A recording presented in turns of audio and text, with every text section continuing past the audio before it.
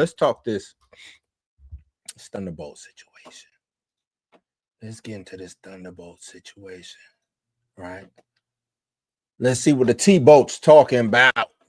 Thunderbolts, man. Thunderbolts, they in the house. So this week, matter of fact, I want to say Thursday will be early viewings for those who can make it, man. But Thunderbolts finally hitting the big screens. You know what I'm saying? It's coming from Marvel.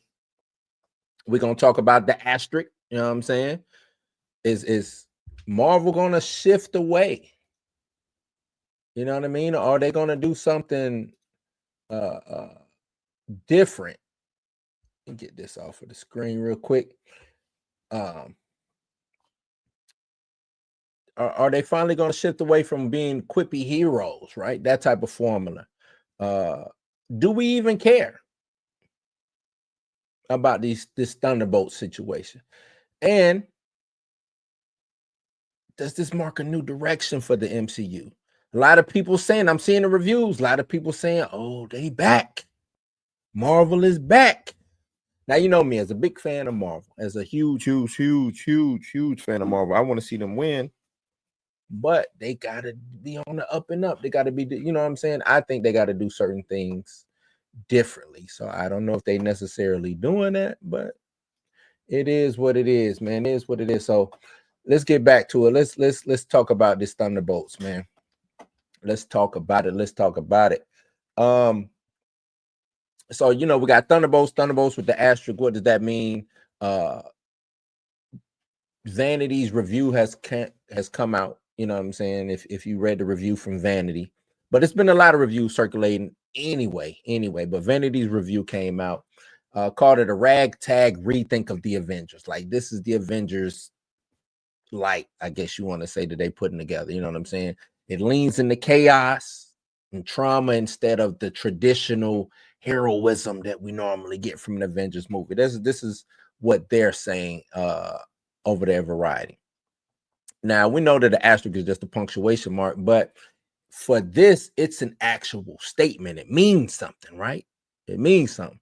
Now, according to critics, it signals that these aren't your clean-cut Cap and Iron Man heroes from before. This is a different team. This is something different. They broken, weird, morally gray. You know what I'm saying? And from my understanding, Marvel wants you to get all of this. They want you to feel this. They want you to feel the messiness of it, because that's what it is. That's exactly what it is, man. But it goes to the team dynamic of what Marvel normally pushes out. And the question has always been, you know what I'm saying? Like, do we think that Marvel needs a full reboot of the team dynamics? Or should it stick with its original Avengers formula? I'm 50-50 on that. I think you can do both. I think you can come with a different team dynamic, but keep the formula that made the Avengers dynamic work, right? I think you can do that. And that's, for me, that formula that made the Avengers teams work is actual character development. So in solo films or character development in the movies, make you care about the characters. And I think that's one thing that Marvel just has been lacking lately. You know what I'm saying? They don't make you care about these. They've introduced a lot of characters, some cool, some not. But either way, they don't get you in the feels. You know what I'm saying? They don't get you in the feels. And with that being said, right? Trauma, witty punchlines, therapy, Thunderbolt therapy, right? Is that what this movie is about? Is that what we're hinging on? You know what I'm saying? The tone of this. Let's talk tone of said movie. They say the film swings from laugh out loud moments to seriously bleak emotional beats, sometimes all in the same scene. And I think that's kind of dope. I think you gotta play with the tone. You don't want to be too serious, but at the same time, you don't want to be, yuck, joke, you know what I'm saying? Knee slapper all day long, because this is still supposed to be, especially when you're dealing with the Thunderbolts, right? This is still supposed to be a superhero film, still supposed to be that type of a movie. So with the Thunderbolts, we're already dealing with traumatized characters, PTSD, identity crisis, grief, all things like that, man. It's all right there wrapped up in this team. And I think that's what's going to make Thunderbolts an actual pretty good movie. Myself, I think Thunderbolts is going to be a good movie. I don't know if it's going to be a profitable movie, but I think it's going to be a good movie. And I've been saying that from the jump. Out of the movies, these last couple movies that's come out, Thunderbolts is actually ranked high on what I want to see when it comes to Marvel. Fantastic Four, not so much. Captain America, Brave New World I wasn't really, you know what I'm saying, even thinking about that joint. But Thunderbolts, it piques my interest, man. You got Florence Pugh as Yelena. She been hilarious, and she been killing that role since she was introduced in Black Widow. You know what I'm saying? And I think she probably, out of the new characters that's introduced, she will probably be the stand-up or the standout role or the standout person in this. You know what I'm saying? But yes, you know, she's very funny, but I'm sure they're gonna have a lot of sarcasm in that, which means that underneath all that sarcasm is gonna be she's just doing it to survive. You know what I'm saying? To grapple with her role in the world or what it used to be, especially coming out of the Widow program now. You know what I mean? Coming out of the Red Room, things have changed up for her now. So I'm pretty sure they're gonna play a lot on that. You know what I mean? So yeah, you know, that's kind of how I feel when it comes to that. You know what I mean? But then, you know, I questioning this, you know what I'm saying? Because it's all about, can Marvel navigate the themes of movie? You know what I'm saying? How can they navigate or grow up thematic? Because I think their situation is Marvel hasn't grown up with its audience. I think that's a key piece to me. And I could be wrong, but I don't know if Marvel has grown up with its audience. You know what I'm saying? Is it just mixing or throwing stuff at the wall to see what sticks? You know what I'm saying? Let's smorgasbords and stuff, this theme, that theme. Let's see what sticks. Let's see what, you know what I'm saying? I don't necessarily think you do that. I think you figure out what you want to do and you make the, I don't want to say you make the audience like it, but you show the audience, this is what we're doing. This is the direction we're going. You know what I'm saying? And most of the times, audiences will jump on board. They'll jump on board, man. You know what I'm saying? So what people are saying, man, that the Thunderbolts does this differently. It doesn't wrap trauma in a redemption arc, which is good because that's Marvel's like claim to fame, right? Redemption. This person is saying that they just sit in it. You know what I'm saying? We're watching characters spiral, joke through the pain, sometimes even regress. And that's arguably more honest than any of Marvel's done since Endgame. That was the quote that I received about this movie, man. And that's what you got to, sometimes is you ain't no say these characters, some characters are meant to be, let's tell this story, you know what I'm saying? And they can't be redeemed. This is who they are. And I think audiences will be better for it if you can tell a story, because you could still like a character that's a piece of, you know what I'm saying, that's an asshole or a piece of shit. You can still like that character. That character can still matter to what's going on, what goes on in the big scheme of things. But it seems like we always try to redeem a character. Killmonger, they try to redeem him in Wakanda Forever. You know what I'm saying? We got Loki, big if that ain't the most redeemed person, we got who else is being redeemed? Shit, I can't think right off the head, but it's always Bucky. You know what I'm saying? Like redemption arc. Like, we don't have to keep redeeming these characters, man. Let them live in it. Let them lay in the bed that they made. It no need to redeem them. You know what I'm saying? No need to redeem them. But let's talk about who this team is made of. We got Yelena, right? Bucky Barnes, Red Guardian, Ghost, Taskmaster, U.S. Agent. And we know none of those names ring box office, right? None of those names ring box office. So it's a gamble in putting this team together. You know what I mean? I remember when the Thunderbolts comic came out all those years ago, it was a gamble. Turned out to be genius because it allows you to do some stories that you wouldn't normally allow to do with your traditional superhero, you know what I'm saying, group and things like that. And I hope they really lean into that. Hope they really lean into and I don't mean Task X Suicide Squad type situation. I ain't even talk about that. I'm just talking about morally gray situations, you know what I'm saying? Stuff that you wouldn't see the Avengers doing because the Avengers is super shiny reds and yellows and they just loud colors, and then you get these misfits, right? Second tier characters. Speaking of that, Variety also, they made a statement in their write-up saying that they're second tier characters in first tier franchise that is either genius or desperation. I think I don't know if it's the latter. I think it's a bit of both. It's genius to do this, and I think they are I think Marvel been desperate for a minute. I think Marvel's been desperate for a minute. So I can't say that it's not desperation. But this could, and it could end up looking genius in hindsight, because that's the whole thing. Things look genius in hindsight, right?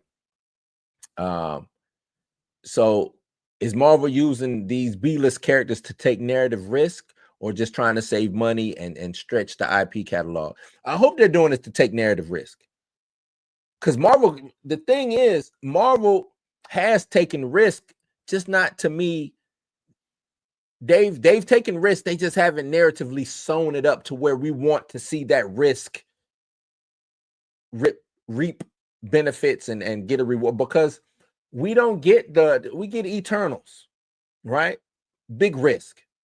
But where's the reward for us who sat through the movie? Was there, you know what I'm saying? It didn't do.